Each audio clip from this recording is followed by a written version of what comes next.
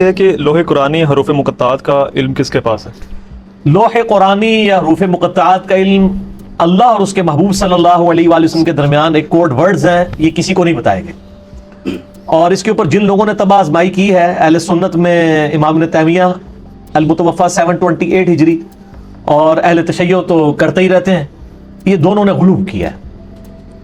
یہ code words ہیں اور ان کا کوئی اس کے ساتھ تعلق نہیں ہے کہ کوئی دین کے احکامات آپ سمجھ لیں کو کم پڑ گئے. اس کے علاوہ قرآن پاک میں کئی چیزیں ہیں جن کی ڈیٹیلز ہمیں نہیں بتائی گئی. اسی لیے سورہ آل عمران کی آیت نمبر 7 بڑی امپورٹنٹ ہے. میں اکثر کوٹ کرتا ہوں کہ جس شخص نے قرآن کی آیات کو سمجھنا ہے اس کے لیے یہ بنیادی آیت سمجھنا ضروری ہے. اعوذ باللہ من الشیطان الرجیم، بسم اللہ الرحمن الرحیم.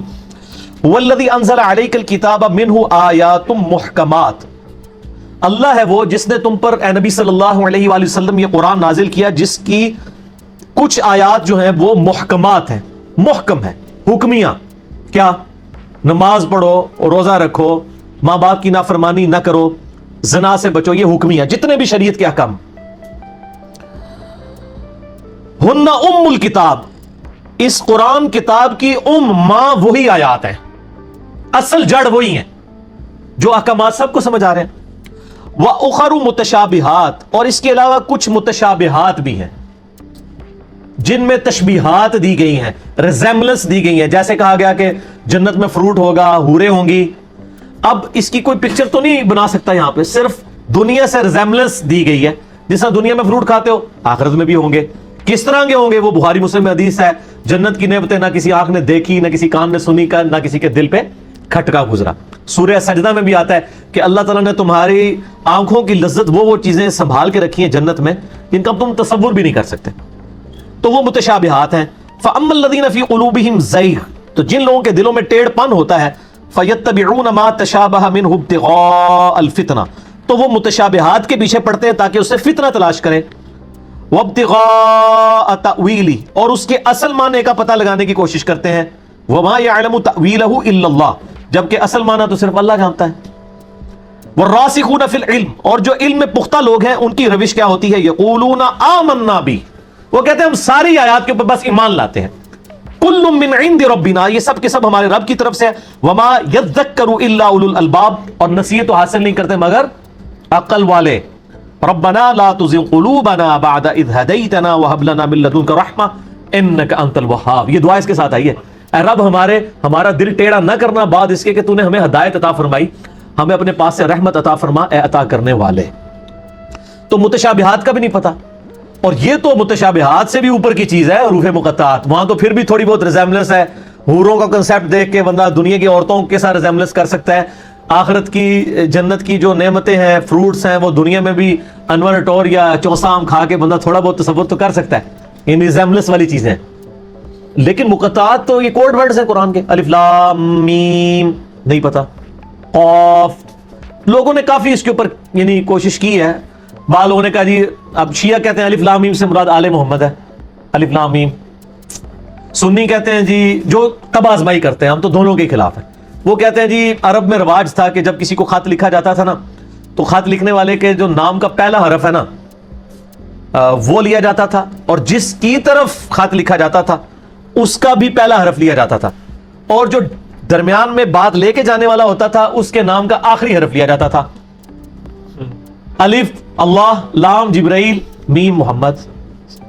تو یہ یعنی لوگوں نے تب آزمائی کی ہے. چونکہ نبی صلی اللہ علیہ وآلہ وسلم خاموش ہیں اور اس سے کوئی قرآن و حدیث میں فرق نہیں پڑنا، کوئی دین کام نہیں ہو جانا. اللہ نے لفظ استعمال کیا ہے کہ ہن ام الکتاب، کتاب کی، قرآن کی ماں اور جڑ وہی آیات ہیں جو محکمات ہیں. وہ تو سر ہمارے بچے کو بھی پتہ ہے قرآن میں جو احکامات آئے ہیں، حلال و حرام کی چیزیں آ گئی ہیں، فرائض آ گئی ہیں، یہ ساری چیزیں. تو لہٰذا یہ مقطعات کا علم کسی کے پاس نہیں. باقی یہ لوح قرآنی لوگوں نے وہ کاروبار میں برکت کے لیے بھی لٹکائے ہوئے ہوتے ہیں، دکانوں کے اوپر تعویذات بنا کے گلے میں لٹکائے ہوتے ہیں. اس کے تو آج کل کارڈ بھی ملتے ہیں، جیب میں، پاکٹ میں، آپ پرس میں رکھ لیں. سر کوئی فرق نہیں پڑنا، کچھ نہیں فرق پڑنا جب تک آپ یعنی تعلیمات پہ قرآن و حدیث کی عمل نہیں کرتے. کوئی فرق نہیں پڑنا ہے چیزوں سے. ٹھیک ہو گیا؟ جادو اور جنات کے خاتمہ کے لیے جو رقیہ کروایا جاتا ہے قرآنی آیات کے ذریعے، کیا یہ عمل درست ہے؟ رقیہ کہتے ہیں قرآنی آیات کے ذریعے جادو کا، جنات کا، عصے وغیرہ کا علاج کروانا. اس کے لیے تو نبی علیہ السلام کے وظائف ہم نے یہ لکھ کے بھی لگائے ہوئے ہیں. 5 بڑے بڑے وظائف ہیں. آیت الکرسی صبح و شام ایک دفعہ, آخری 3 کل 3 دفعہ صبح و شام, اور بسم اللہ الذی لا یضر والی دعا, اور اعوذ بکلمات اللہ التامہ والی دعا, اور لا الہ الا اللہ وحدہ لا شریک لہ. اس کے علاوہ بھی یہ بخاری مسلم ابو داؤد ترمذی نسائی ابن ماجہ میں یہ ساری روایتیں موجود ہیں. اس کے علاوہ بھی ہے سورۃ البقرہ کی آخری 2 آیات بخاری مسلم میں آتا ہے, مسلم شریف میں آتا ہے. سورہ بقرہ کی تلاوت جنات کو دور کرنے کا سبب ہے. اس پہ میرے آپ جادو جنات سے بچنے کا وظیفہ آپ یوٹیوب پہ لکھیں, لاکھوں لوگوں نے کلپ دیکھا ہے تعویذات کے اوپر. تو یہ رقیہ آپ جہاں پہ ونس آپ پتہ نا, ایک پریونٹیو علاج ہوتا ہے, ایک کیوریٹیو علاج ہوتا ہے. سر سائنس کے بغیر آپ دین بھی نہیں سمجھا سکتے لوگوں کو. پریونٹیو علاج یہ ہوتا ہے کہ بیماری ہونے سے پہلے آپ علاج کر لیں, جیسے کہ ویکسینیشن ہے. کیوریٹیو علاج یہ ہوتا ہے کہ جب بیماری ہو جائے پھر وہ ویکسین سے علاج نہیں ہوتا, بلکہ بیماری بڑھ جاتی ہے, کیونکہ وہ اسی بیماری کے جراثیم ہوتے ہیں. ویکسینیشن کیا ہوتی ہے کہ جس کی آپ ویکسینیشن کر رہے ہیں اس بیماری کے کمزور جراثیم آپ کے جسم میں ٹیکے سے داخل کر دیے جاتے ہیں. آپ کے جسم کا نظام اللہ نے بڑا محکم بنایا ہے. وہ جسم ان جراثیم سے لڑتا ہے, ان جراثیم کو شکست دے دیتا ہے. اب جب وہ اوریجنل جراثیم آتے ہیں نا, تو جسم پہلے ہی وہاں سے کہتا ہے انہیں تاک لینے انہوں 6 چھکے ماریں گے, تو پھر جسم ان کو شکست دے دیتا ہے. لیکن جس بندے کو پہلے بیماری لگی ہوئی ہے اس کو آپ جراثیم والا ٹیکہ لگائیں ویکسین کا, تو وہ تو الٹا ہی شاید اثر کرے. تو اس لیے کیوریٹیو علاج یہ ہوتا ہے کہ وہ پھر ڈیفرنٹ اینٹی بایوٹک سے باقی چیزوں سے. اسی طریقے سے جو رقیہ ہے یہ بھی کیوریٹیو علاج ہے, یہ پریونٹیو نہیں ہے.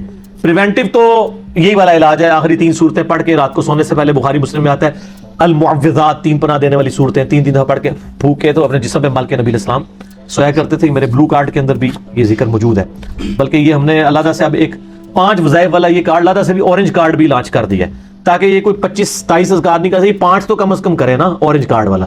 یہ اورنج کارڈ ہی لگایا ہوا ہم نے, تو یہ کر لیں کافی ہے, صبح و شام ایک دفعہ یہ وظیفے کر لیں. تو پھر تو آپ کو کسی عامل کے پاس جانا پڑے گا, اور وہ لوگوں نے تجربات کے ذریعے حاصل کیا. صحیح مسلم میں حدیث ہے تم میں سے جو کوئی اپنے بھائی کو نفع پہنچا سکتا ہے وہ پہنچائے. صحیح مسلم میں حدیث ہے تم اپنے زمانے جاہلیت کے دم مجھ پر پیش کرو, اگر ان میں شرکی الفاظ نہیں تو اب بھی ان کو ویسے ہی کرتے رہو. اسی طریقے سے مسلمانوں نے بھی تجربات سے چیزیں حاصل کی ہیں کہ قرآن حکیم میں جو جادوگروں اور موسیٰ علیہ السلام کا واقعہ ہے نا, وہ قرآن پاک میں کئی جگہ ہے جس میں جادوگر شکست کھا گئے, موسیٰ علیہ السلام کو اللہ نے فتح دی. ان آیات کی اگر تلاوت کر کے رقیہ کیا جائے, آلریڈی جن لوگوں پہ جادو ہوا ہے, کہیں پہ خون کے چھینٹے گرتے ہیں اور کپڑے کٹ جاتے ہیں اور سارے معاملات ہوتے ہیں. ویسے پاکستان میں تو ہر گھر میں ہی جادو لوگ کلیم کر رہے ہوتے ہیں, وہ نہیں ہوتا, کوئی کیس ہوتا ہے, یہ تو وہمی قوم ہے نا. تو وہ پھر رقیہ کرتے ہیں. باقی یہ وہ کالی مرغی ذبح کر کے اس کا خون گرانا اور یہ تو ساری فضول چیزیں. صحیح العقیدہ جو مشرک نہ ہو, شرک کرنے والا نہ ہو, موحد ہو, اس سے علاج کروایا جائے, اور یعنی کارگر ہے. یہاں پہ بھی ہمارے پنڈی شہر میں وہ کون سے ہیں جی, اقبال سلفی صاحب, یعنی وہ کافی پوری دنیا ان کے پاس آتی ہے, ان کے یوٹیوب پہ کلپ بھی رکھے ہیں, آپ اقبال سلفی لکھیں تو وہ کافی رقیہ کرتے ہیں. یہاں بھی جیل میں بھی ان کے اسٹوڈنٹس موجود ہیں, فی سبیل اللہ کرتے ہیں. آپ پیسے نہیں آپ سے لیتے, آپ خود اپنی مرضی سے دینا چاہیں تو نہ بھی نہیں کریں گے, وہ تو ہم ہی ہیں جو نہ کر دیتے ہیں. تو ظاہر لوگ تو کرتے ہیں, پیسے دیتے ہیں, ماشاءاللہ کروڑ پتی ہو چکے ہیں وہ, لیکن ان کے اوپر کوئی فتویٰ نہیں, وہ پیسے لے بھی لینا. تو صحیح بخاری میں حدیث موجود ہے کہ وہ سورۃ الفاتحہ دم کرنے کا معاوضہ لیا تھا. رقیہ کا معاوضہ جائز ہے, لیکن اگر کوئی فی سبیل اللہ کرتا ہے وہ بہت اچھا ہے, ٹھیک ہے, تو جواز ہے. تو میں یہ نہیں کہہ رہا کہ میں کسی کی روزی روٹی کیوں بند کروں جو حلال طریقے سے چل رہی ہے.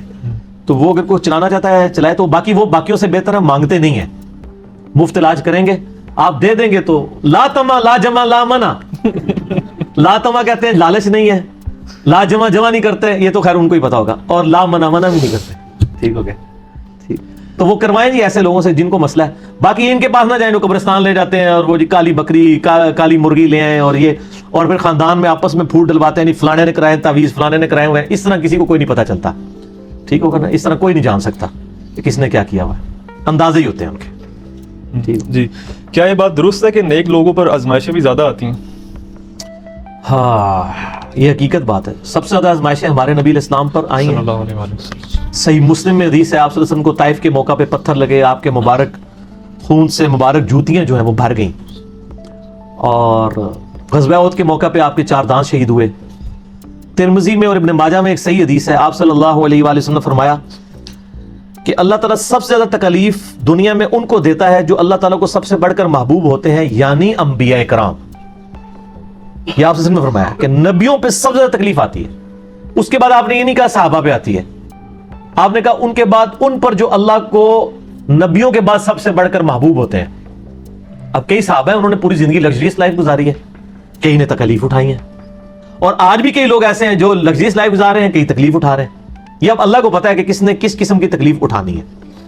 پھر وہ چاہے صحابی ہے چاہے قیامت تک آخری کوئی مسلمان آنے والا ہے, وہ اللہ نے اب ڈیفائن کرنا ہے کہ کس کو کتنے لیول کے اس کے ایمان کے اعتبار سے آزمایا جائے گا. سورہ العنکبوت کا آغاز اس سے ہوتا ہے کہ لوگ اس بات پہ چھوڑ دیے جائیں گے کہ وہ کہیں کہ ہم ایمان لے کے ان کی آزمائش نہیں ہوگی, تم سے پہلے لوگوں کو بھی ہم نے آزمایا اور تمہیں بھی ضرور آزمائیں گے. پھر سورہ بقرہ میں بھی ہے وَلَنَبْلُوَنَّكُمْ بِشَيْءٍ مِّنَ الْخَوْفِ وَالْجُوعِ وَنَقْصٍ مِّنَ الْأَمْوَالِ وَالْأَنفُسِ وَالثَّمَرَاتِ, ضرور آزمائیں گے خوف سے, بھوک سے, جان اور مال میں نقصان سے, پھر دیکھیں گے کون صبر کرنے والا ہے. ان اللہ مع الصابرین. تو آزمائش تو آنی ہے. تو ترمذی ابن ماجہ کی حدیث ہے, اس کے بعد ان پہ آتے ہیں آزمائش جو ان کے بعد اللہ کو سب سے بڑھ کر محبوب ہوتے ہیں, اور بندہ زمین پر اسی طریقے سے آزمائش جھیلتا رہتا ہے حتیٰ کہ اللہ تعالیٰ اسے پاک و صاف کر کے اپنے پاس بلا لیتا ہے. آزمائش انسان کے گناہوں کے جھڑنے کا بھی سبب بن جاتا ہے, اور جن کے گناہ نہیں ہوتے ان کے لیے فضیلت کا سبب بن جاتا ہے. بخاری مسلم میں حدیث ہے, کسی مسلمان کو کوئی دکھ درد اندیشہ بھی پہنچتا ہے, ذہنی ٹینشن بھی, ٹینجیبل نہیں, نان ٹینجیبل چیز, حتیٰ کہ اس کے پاؤں میں کانٹا بھی چوب جائے, اس کے بدلے بھی اللہ اس کے گناہوں کو معاف کر دیتا ہے, اس کے درجات بلند ہوتے ہیں. تو تکلیفیں تو آتی ہیں, اور نبیوں پہ بھی آئیں, ان کے ماننے والوں پہ بھی آئیں. تکلیف کے بغیر تو اللہ نے چھوڑنا نہیں ہے. البتہ ہر بندے کا ٹیسٹ ڈیفرنٹ ہے. کسی کو اللہ تعالیٰ بے اولاد رکھ کے آزمائے گا, کسی کی جوان اولاد چھین کے آزمائے گا, کسی کی جوان اولاد کو نافرمان بنا کے آزمائے گا, کسی سے اس کی بینائی لے کے اس کو آزمائے گا, کسی کو کے گردے فیل کر کے اس کو آزما لے گا. ہر بندے پہ آزمائش ڈیفرنٹ ہے. اور یہ یاد رکھیں, یہ جتنی آزمائشیں ہیں نا, یہ اللہ تعالیٰ نے پہلے لوح محفوظ پہ لکھی ہوئی ہیں. قرآن پاک میں ایک آیت ایسی ہے جو اس ٹروتھ کو ریویل کرتی ہے, اس کے بغیر تو آپ کڑ کڑ کے مر جائیں گے کہ میرے پہ یہ تکلیفیں کیوں آئیں. جب آپ کو یہ آیت پتہ چلے گی نا, پھر آپ کہیں گے یا اللہ جس حال میں تو رکھے, تو نے آزمانا تو ہے. اور یہ جو طارق جمیل صاحب اور یہ باقی جو وائزین کر رہے ہیں نا, جی آپ اللہ کے راستے پہ آ جائیں تو انشاءاللہ تعالیٰ ساری پریشانیاں دور ہو جائیں گی. ان کو تھوڑا اپنے آپ کو ریوائز کرنا چاہیے. اس طریقے سے پریشانیاں دور نہیں ہوں گی, پریشانیاں جھیلنی آسان ہو جائے گی. اگر اللہ کے راستے پہ آنے سے پریشانیاں دور نہیں ہوتی تو نبی علیہ السلام کی دور ہوتی نا. بخاری مسلم میں حدیث ہے, وفات تک اما عائشہ کہتی ہیں کہ 3 مہینے ہمارے گھر میں چولہا نہیں جلتا تھا.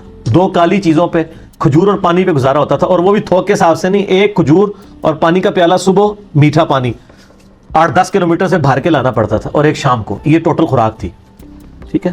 اور بعد میں صحابہ کرام کو بھی دیکھ لیں, رومن اور پرشین امپائر بھی فتح ہو گئی ہیں تو انہوں نے اپنی زہد کی زندگی گزاری ہے. تو یہ کہانیاں نہ کرایا کریں لوگوں کو. لوگ پھر مایوس ہوتے ہیں, لوگ کہتے ہیں نہیں ہم دین کے راستے پہ آئے, تکلیفیں اور بڑھ گئی ہیں. یہ پھر وہ لوگ, اس طرح نہیں ہوتا. ہاں اس لیے کہا کہ پھر دنیا حسنہ مانگو اور آخرت میں حسنہ مانگو. حسنہ کا کیا مطلب ہے کہ رزق کی فراوانی ہو جائے گی؟ نہیں, جس حال میں آپ خوش ہو جائیں گے. جو صحیح مسلم میں حدیث ہے, ہمیشہ اپنے سے نچلے والے کو دیکھو, یوں تمہیں قناعت نصیب ہوگی, اللہ کی نعمتوں پہ شکر کرو گے. دنیا میں کوئی شخص کہہ سکتا ہے کہ میرے سے نیچے تو ہی کوئی نہیں ہے؟ سر ہر مسلمان اربوں لوگوں سے اوپر ہے. دنیا میں اس وقت بھی 4 ارب لوگ ہیں جن کے دل میں کلمہ نہیں ہے, تو مسلمان اس سے اوپر تو ہے نا. پھر اور نعمتیں گننا شروع کریں.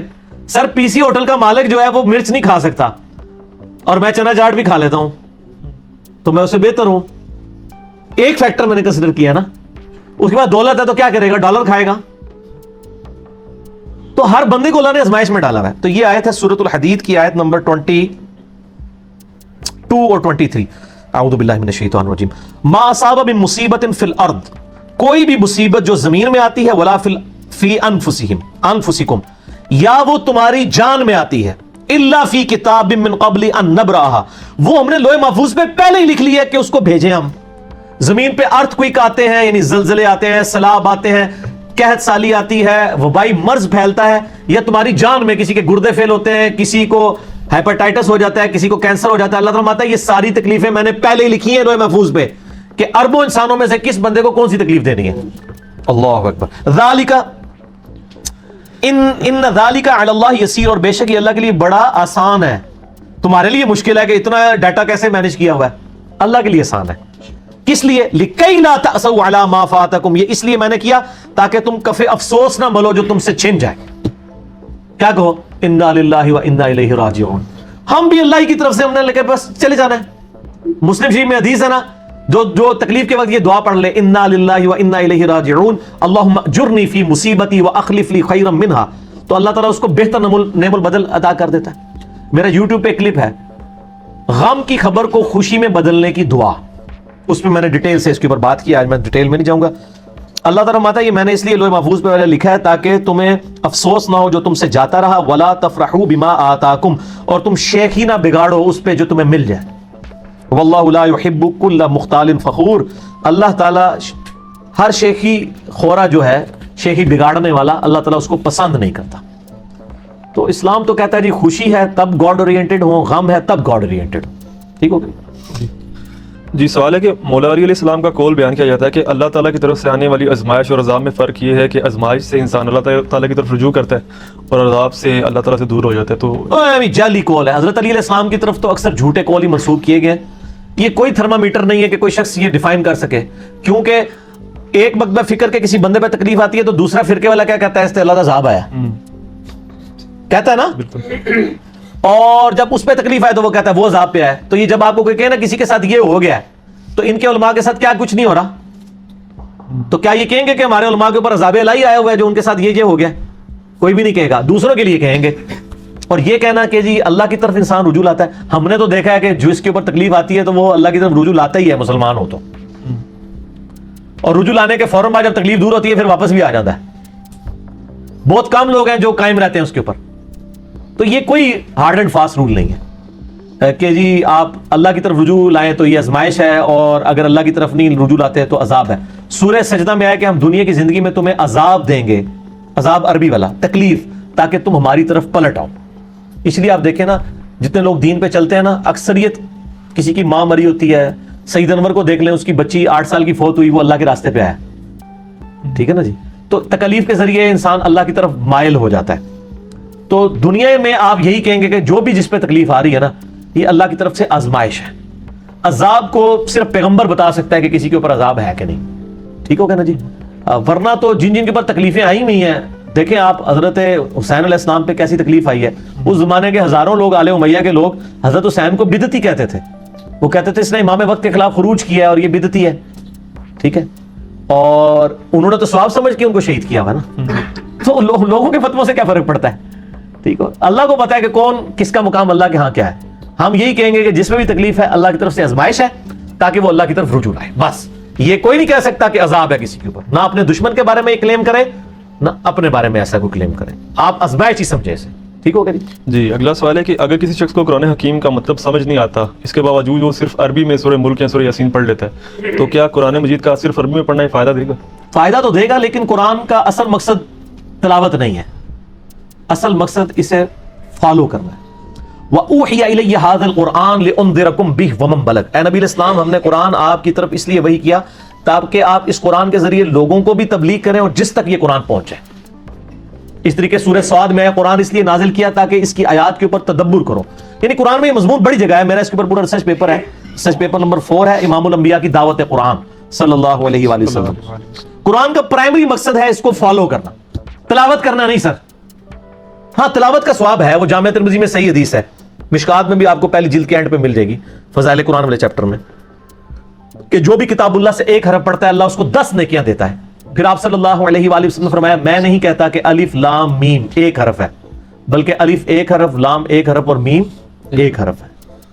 اب یہ الف لام میم حروف مقطعات بھی ہو سکتے ہیں اور علم بھی ہو سکتا ہے، دونوں ہی ہو سکتے ہیں، باقی ان کا یعنی ثواب تو آپ کو ملنا ہے، لیکن یہ پرائمری مقصد نہیں ہے۔